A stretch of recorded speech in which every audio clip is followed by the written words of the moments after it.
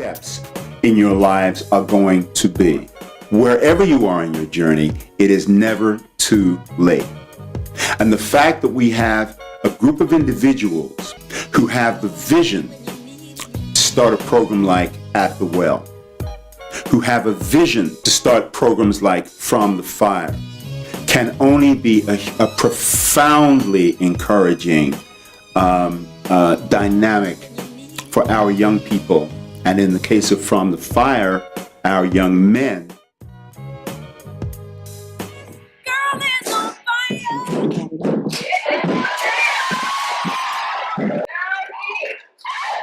Like aligning yourself with your goals and your dreams. What's the posture of your mind? Are you aligning yourself with the right people? So not only am I able to bring my new critical reading skills with me to school, I can also bring my knowledge of Black history to my American history classes and clarify when my teachers try to gloss over the mistreatment of African Americans in this country. One of the few Black people in school. Let's not even talk about your class.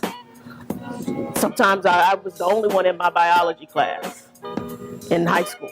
It's just, and you walk in the room and you go, really? The only way I was going to become my greatest self, the only way this journey was going to unfold was that I had to begin to love myself. AtTheWellConferences.org. Click on the About tab, fill out your contact information and your interest information, and thank you for your support. The name of the business was the Comedy Act Theater, the first Black comedy club, then chain in the country. My first host was Robin Harris, all the way till the moment that he passed away. Yes, sir.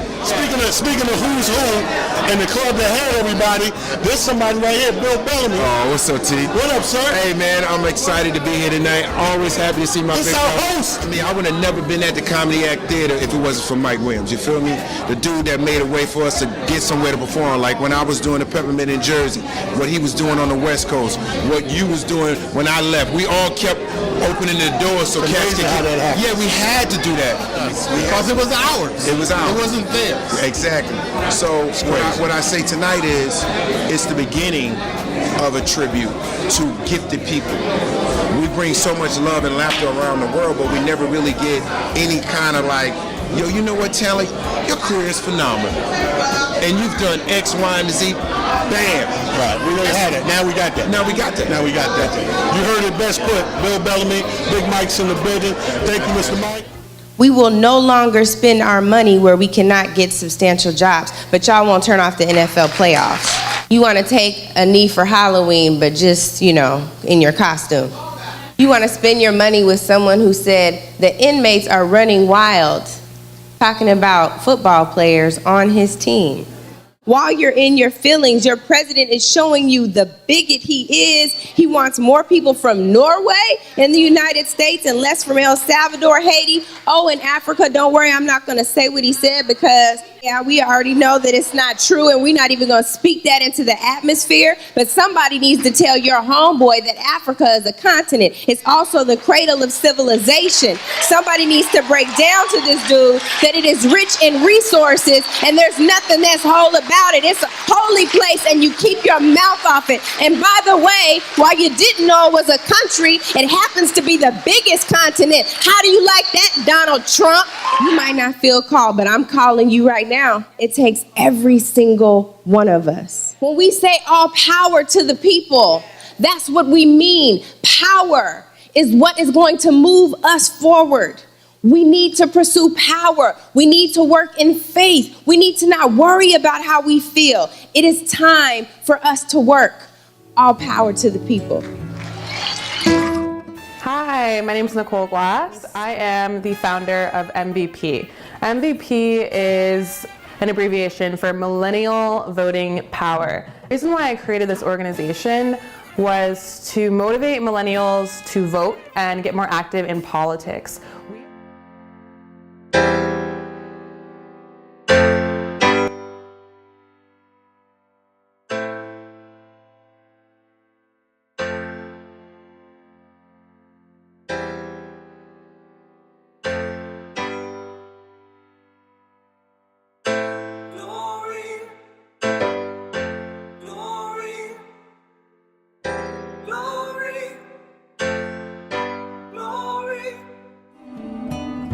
hard to imagine how Frederick Douglass could have been the subject of a National Black History Month by President Donald Trump. Because the Frederick Douglass that we know, the one for whom the world became a better place because of his tireless advocacy, his courage, and sheer force of will, had this to say about our America. I need you now, Lord, I need you now. I need you right now, right now, right now. I need you now. Not another second, not another minute or an hour or another day, but at this moment, with our arms outstretched, I need you to make a way. The songwriter in the hook of the song, they says, I need you now. It's the drive of the song. There's an urgency there. I need you now. And the songwriter says, right now, right now, right now, right now, I need you now. Nobody should move without talking to God, no matter what folks are going to say about your commitment, about your faith, about your sincerity, about your dignity. Nobody should move forward without praying. And I think that's what I want to highlight today in this particular passage, that there are some things in life that will not take place unless you pray. When I hear fight song, I'm also reminded that during the 1950s and 60s, as blacks fought for civil rights in this country, music and singing played a critical role in that fight. Songs like We Shall Overcome and Oh Freedom gave voice to the civil rights movement. During the marches, protests, and the sit-ins, as blacks were being hit, beaten, and spit on, they knew they couldn't fight back. So what did they do? They started to sing. They would sing songs like, ain't gonna let nobody turn me around, turn me around, turn me around. Ain't gonna let nobody turn me around. I'm gonna keep on walking, keep on talking, marching into freedom land. Say neighbor, stay woke. Today I want to talk about a spiritual and mental acuteness that allows one to see things as they really are. An awareness about the theoretical ins and outs of a world we inhabit. Many of us are familiar with this saying because Black Lives Matter and other organizations have used it as a challenge to people who appear to be sleeping through injustice occurring in our society. However, the killing of Trayvon Martin and Michael Brown unearthed some hard realities and awakened people to the plight of African Americans in America.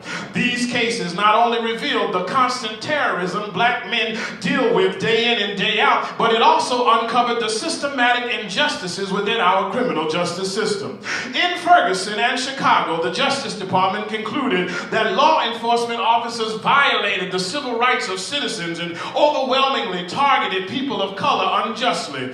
To stay woke, family, means that you and I are conscious of the realities that exist around us.